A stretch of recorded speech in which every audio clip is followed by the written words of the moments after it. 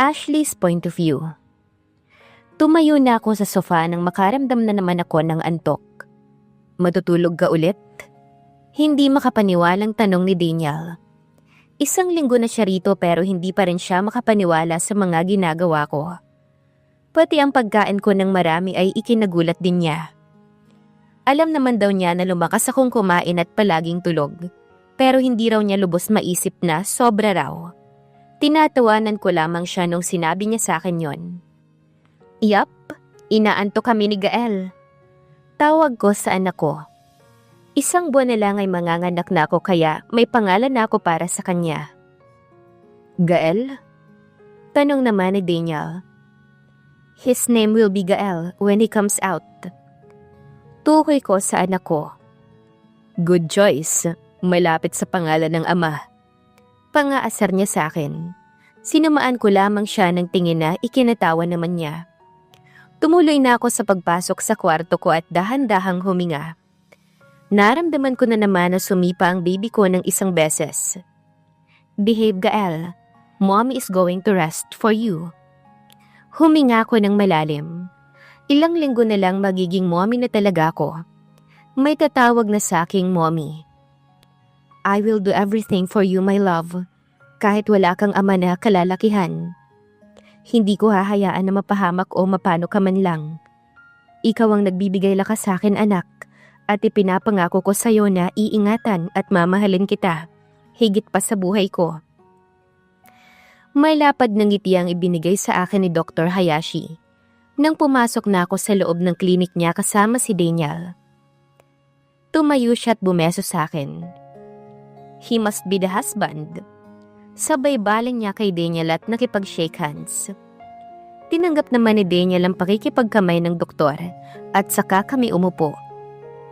Hindi ko na lang itinama si Dr. Hayashi sa sinabi niya para hindi na humaba pa ang usapan.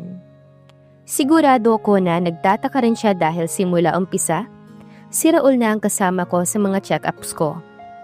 Ngayon niya lang nakita si Daniel. Kaya inakala niya na ito ang asawa ko. Half Filipino si Doktora. Marunong siyang magtagalog dahil hanggang sa matapos siya ng college, ay sa Pilipinas siya nanatili. 3 taon pa lamang daw siya nandito sa Japan bilang isang doktor. Wala naman daw talaga siyang plano na magtrabaho rito sa Japan, kung hindi lang siya pinilit ng tatay niya na Hapon. Nakilala ko rin siya sa tulong ng mga kapitbahay namin na OFW. Ganon kasolid ang mga Pinoy dito. Kahit sa Australia naman ay ganito rin ang mga OFW.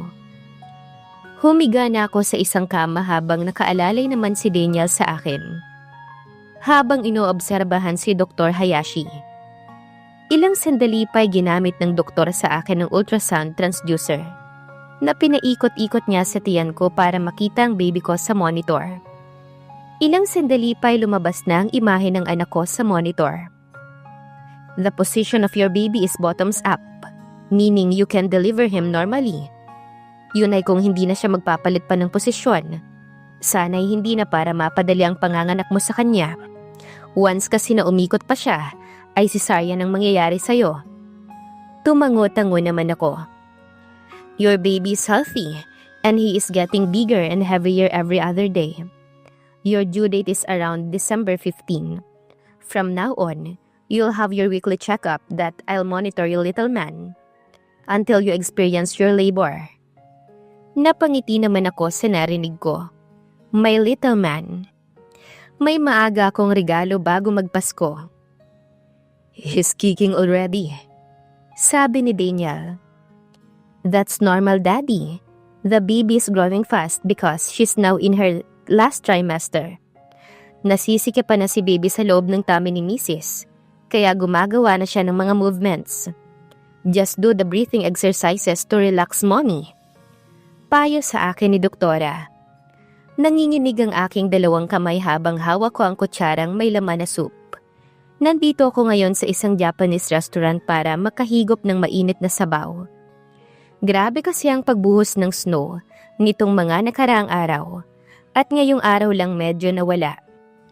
Sobrang lamig man ay hindi ako nagdalawang isip na lumabas dahil gusto ko ng mainit na sabaw. Nilapag ko ang kutsara ko at saka pinagkiskis ang dalawa kong kamay. Nang hindi ako masiyahan ay hinipan ko to para tumalab ang init. May heater naman na nakasindi at malapit naman ako sa kitchen nitong restaurant. Pero sobra pa rin akong nilalamig. Tumingin ako sa salamin na nasa tabi ko para tanawin ang labas. Busy pa rin ang mga tao kahit na may snow. Siguro ay dahil sanay na sila sa ganitong pamumuhay. Huminga ako ng malalim. Kung babae lang ang anak ko ay Snow, o di kaya Spring ang ipapangalan ko sa kanya. Today is the 5th day of December. Dapat ay nagpapahinga ako sa bahay dahil kabuanan ko na. Pero okay lang din naman ang lumabas para makapaglakad-lakad ako.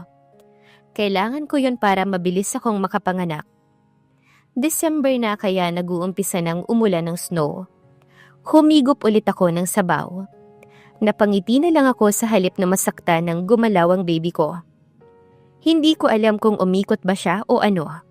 It feels weird. Siguro'y nagustuhan din niya ang soup. Nagpaluto ka na lang dapat ng soup kay Raul. Baka ginawin kayo ng anak natin. Napalingon ako kaagad sa lalaking nagsalita sa likod ko. Nabitawan ko ang kutsarang hawak ko. Gabriel? Ngumiti naman siya sa akin at yumuko sa tapat ko. Akala ko'y kung ano ang gagawin niya pero hinalikan niya ang tiyan ko. Nanggilid kaagad ang luha sa mga mata ko sa ginawa ni Gabriel. Nang mag-angat siya ng tingin ay ninitian niya ako. Don't cry my love, I am here now. Sabay punas niya sa isang butil ng luha na nalaglag gamit ang hinlalaki niya. Hinila niya ang silya na bakante na nakalaan din sa mesa ko at umupo malapit sa akin. Tumingin ako sa soup ko dahil hindi ko matagalan ng malalim niyang titig sa akin. Nabalik lang ulit ang atensyon ko sa kanya nang iangat niya ang mukha ko sa paghawak niya sa baba ko.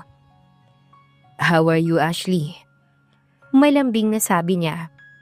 Kahit pinipigilan ko ang sarili ko na maiyak ay hindi ko nagawa. Kaagad kong tinakpan ang mukha ko dahil grabe ang pag-iyak ko. Ayokong makita niya na umiiyak ako sa harap niya. Naramdaman ko kaagad ang init ng katawan niya nang yakapin niya ako. Nawala na parang bula ang pangungulila ko sa simpleng yakap lang ng binata. Huwag ka nang umiyak, Ashley. Malulungkot din ang anak natin. Andito na ako at pinapangako ko sa'yo na hinding-hindi ka na mag-iisa. Kayo ng anak natin. Buong puso na saad ni Gabriel. Pinakalma ko muna ang sarili ko pero hindi ko pa rin inaalis ang kamay ko sa mukha kong basang-basa na ng luha. Ilang saglit pa ay naramdaman ko na hinalikan niya ako sa ulo. God, I miss you so much. Kaagad kong kinuha ang panyo ko na nasa bag para punasan ang luha ko. Nang ilapat na kaagad ni Gabriel ang isang panyo sa akin. Napahinto na lamang ako dahil sa ginagawa niyang pagpupunas sa mga luha ko. Inabutan niya ako ng tubig para mahimasmasan ako, na kinuha ko naman kaagad. Nang matapos kong uminom ay inilapag niya ang baso sa mesa at sumandok ng soup at hinipan niya. Akala ko ay siya ang hihigop kaya nailang ako nang itapat niya sa akin ang kutsarang may soup. Sa halip na isubo ko ay hinawakan ko ang kamay niya na may hawak na kutsara para pigilan siya. What are you doing here, Gabriel? Mahinahon kong sabi. Gabriel's point of view. My God, I miss that sweet voice too. My child and his mother is here. In short, my life is here, that's why I'm here. Hindi nakaligtas sa akin ang pamumula ng pisngi ni Ashley na ikinangiti ko. Tumuon ang atensyon niya sa kutsarang hawak ko pa rin. Hinawakan niya ang kamay ko, na may hawak na kutsarang titila ba nakikipag-agawan. Ako na. Umiling lamang ako at marahang inilayo sa kanya ang kutsara dahil baka matapon sa kanya ang sabaw. Inilapit ko ulit sa kanya ang kutsara at buti nilang ay tinanggap na niya. Wala kaming kibuan hanggang sa matapos ko siyang subuan ng soup, ay naubos niya na ito. Uuwi ka na ba? Inipit ko ang ilang buhok ni Ashley sa kanyang tenga. Tumango naman siya ng marahan sa akin. Oo, hindi ako pwedeng malamigan ng sobra. Ikaw, saang hotel ka ba tumutuloy? Napangiti ako ng bahagya sa tanong niya. Ang totoo niyan, 5 araw na akong sa apartment ni Raul tumutuloy. Nakita ko ang gulat sa mukha ni Ashley. Bakit ngayon ka lang nagpakita sa akin? Hinawakan ko siya sa baywang at inalalayang tumayo. Halika na, iuwi na kita. Mamaya na tayo mag-usap. Lalamigin ka na masyado. Pinagmasdan ko ang pagbuhos ng snow sa labas ng restaurant na nag-umpisa ng lumakas. Nagpatinaod lang naman siya sa akin habang palabas na kami. Where's your umbrella? Umiling lamang siya sa akin na ikinailing ko rin. Dapat nagdala ka ng payong. Binuksan ko ang payong na dala ko at isinukob ko siya habang naglalakad kami pa uwi. Baka magkasakit ka. Sabay lapit ni Ashley sa akin ang payong ko na sinadya ko talagang gamitin para sa kanya lang. Kaya ko ang sarili ko, Ashley. Hindi ako papayag na magkasakit ka. Lalo pat, kabuanan mo na. Seryoso kong sabi.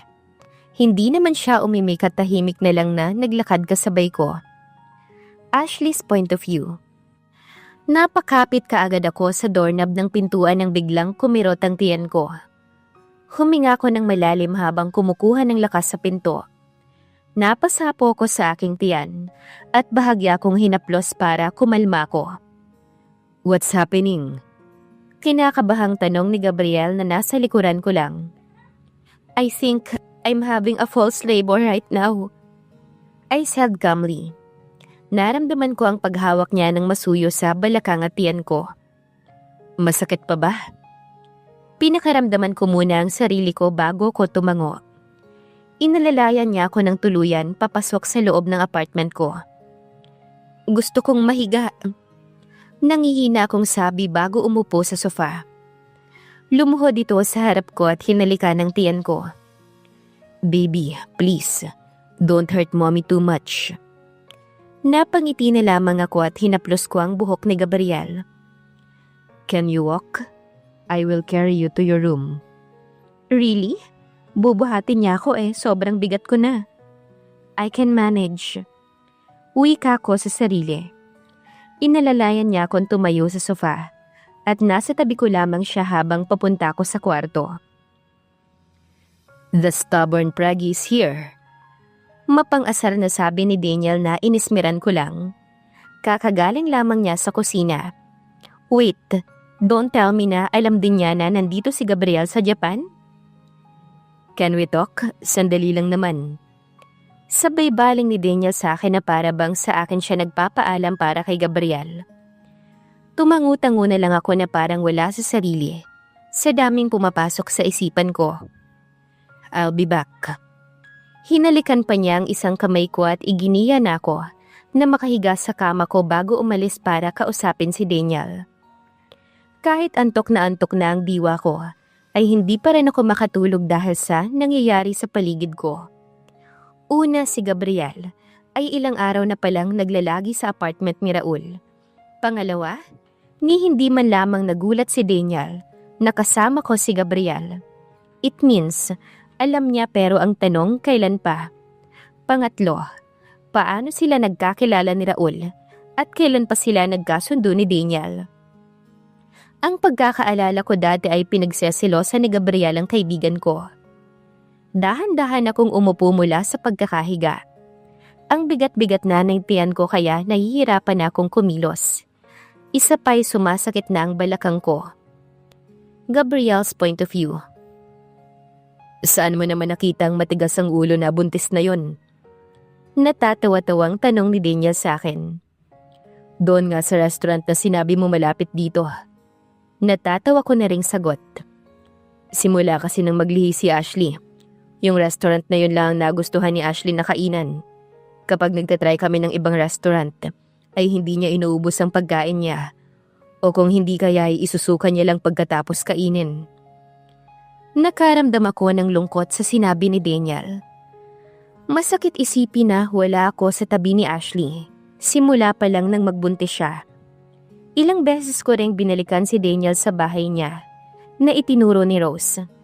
Madalas ay hindi ko siya naaabutan sa kanila at laging nasa ibang bansa kaya maraming beses akong nagtangka na malaman kung nasaan si Ashley.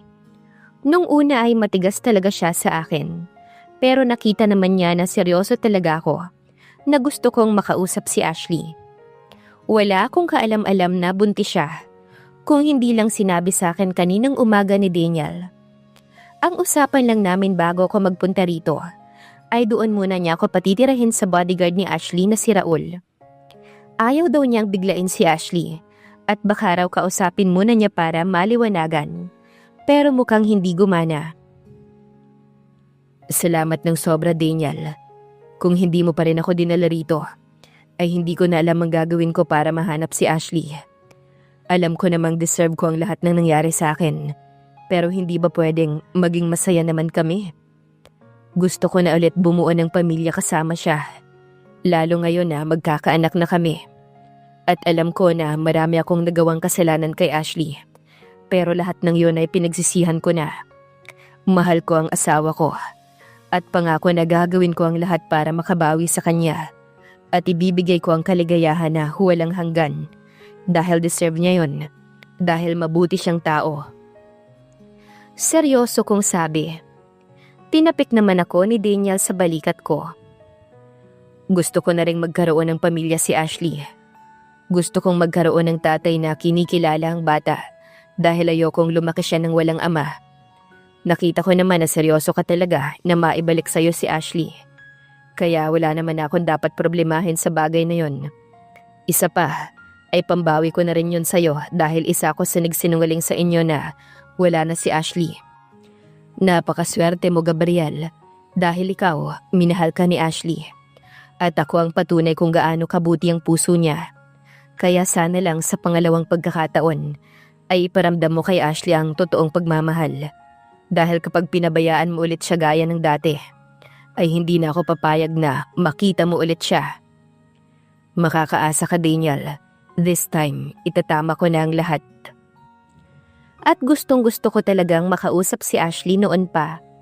At gusto ko ng personal na paliwanag mula sa kanya na alam kong hindi na sinadyang matamaan ako ng armas. Pero nag-aalangan na ako ngayong kausapin siya dahil sa lagay niya. Kanina nga nang makita ko siya na kumapit sa pinto, ay hindi nakaiwas sa akin ang sakit na nadarama niya. Pakiramdam ko ay nararamdaman ko rin ang sakit na yon. Ayoko siyang makita na ma-stress at baka sumakit pa ang tiyan niya. Lalo pa ngayon na kabuwanan na niya. Basta, just promise me to take good care of Ashley and the baby. Love them with all your heart. Hindi naman maiiwasan na hindi mo siya masaktan dahil parte ng pagmamahal yon. Pero sa ngayon sana, maayos nyo na ang tungkol sa inyo at sa nag-uumpisa ninyong pamilya. Pag-uusap, iyon ang kailangan ninyo. Salamat ulit. Siyempre naman, aalagaan kong mabuti at mamahalin ng mag-ina ko. Silang buhay ko at lakas ko. Pero kapag nanganak na si Ashley, ay saka ko na siya kakausapin tungkol sa bagay-bagay na tungkol sa amin. Kumunot ang noo ni Daniel sa sinabi ko. Kabuwanan na niya, kaya ayoko muna siyang ilagay sa stress. Sa ngayon, gusto ko na mag-ready na siya kapag lalabas na ang baby namin. Ngumiti lang ng malapad si Daniel sa akin. Congratulations by the way, pare. Thank you, kahit late ko nang nalaman. Pagbukas ko ng pintuan ng kwarto ni Ashley, ay nabungaran ko si Ashley na nakaupo sa kama habang nakasandal sa headboard. Abalang-abala siya sa paggamit ng cellphone niya. Umupo ako sa tabi niya at huminto rin siya sa ginagawa. Tapos na kayong mag-usap ni Daniel? Oo. Inilapag niya ang cellphone niya sa mesang malapit at saka hinawakan ng dalawang kamay ko. Pwede bang ako naman ang kausapin mo? Napangiti ako ng palihim. Para kasi siyang naglalambing sa tono ng pananalita niya. I can't imagine na naging miserable siya dahil sa akin. Tungkol ba saan? Naramdaman ko ang bahagya niyang pagpisil sa dalawa kong kamay. Tungkol sa lahat-lahat, Gabriel. Tungkol sa kung paano kayo naging close ni Daniel. Kung paano ka napunta sa apartment ni Raul. Kung paano mo nalaman ang exact address ko. Gayong si Daniel lang nakakaalam. Pati nga ang 2 kasambahay ko rito ay hindi nila alam ang eksaktong lugar namin eh. Pati nag-usap kayo ni Daniel ngayon lang. Ibig sabihin, hindi ito ang una niyong pag-uusap. Mahabang paliwanag ni Ashley. Halatang alam na niya ang mga itatanong niya. Bago ko sagutin ang mga yan, pwede bang ipaliwanag mo muna sa akin kung bakit ka umalis ng Pilipinas nang hindi personal na nagpaalam sa akin? Kung bakit sulat na lang naiwan sa akin? Saka kung hindi ka pa sa akin sinabi ni Daniel na buntis ka, ay alam kong hindi pa ngayon malalaman na magkakaanak ka na. Halatang desidido ka talaga na buhayan mag-isang anak natin. Pero hanga ako sa tapang mo, Ashley. Yung iba nga riyan, inaalis o hindi kaya ay naghahanap ng ibang maaasawa para mabuhay ang anak nila. Kahit noong meron ka pang dissociative amnesia noon, pinipilit mo pa ring makaalala, sabi ni Daniel. Alam ko kasi na may nawawalang parte sa akin sa pagkatao ko. Ikaw yon, Gabriel, ikaw. Kaya kung hindi ka naniniwala na hindi ko sinadya ang pagkabaril ko sa'yo, ay hindi ko na alam kung anong paliwanag pa ang gagawin ko. Basta sobrang mahal pa rin kita para magawa ko ang bagay na yon. Kaagad kong pinahid ang luha sa mga mata niya. Shh! Don't cry, my love. Alam ko na hindi mo sinasadya yon. Kaya stop explaining na. Saka na tayo mag-usap kapag nakapanganak ka na. Sa ngayon, hindi ka pwedeng ma-stress. Baka maging iyakin si baby. Gumaan ang pakiramdam ko nang ngumiti siya sa akin. Pero okay na tayo? Oo naman. Aayusin natin to para sa ating dalawa at kay baby. Hinaplos ko ang tiyan niya. Babalik ka na ba sa apartment ni Raul mamaya? Ha? Bakit? Dito ka na lang matulog sa tabi ko, please. Anytime, puputok na ang panubigan ko. Natatakot ako nang walang kasama. Naawa naman ako sa itsura niya. Alam kong nahihirapan na siya sa laki ng tiyan niya. Pati sa paghilab nito minsan. Oo naman, aalagaan kita, Ashley. Maliligo lang ako sandali. Babalik ako rito. Bring your stuffs here. Dito ka na sa akin. Hindi ko na napigilan ang sarili ko na bigyan siya ng halik sa labi. Sa labis na kaligayahan. Tama si Daniel. Napakaswerte ko dahil si Ashley ang babaeng dumating sa buhay ko. Magtuloy-tuloy na kayang magandang simula ni na Ashley at Gabriel? Abangan ang huling kabanata ng ating kwento. Please like, share, subscribe for more updates. Maraming salamat po.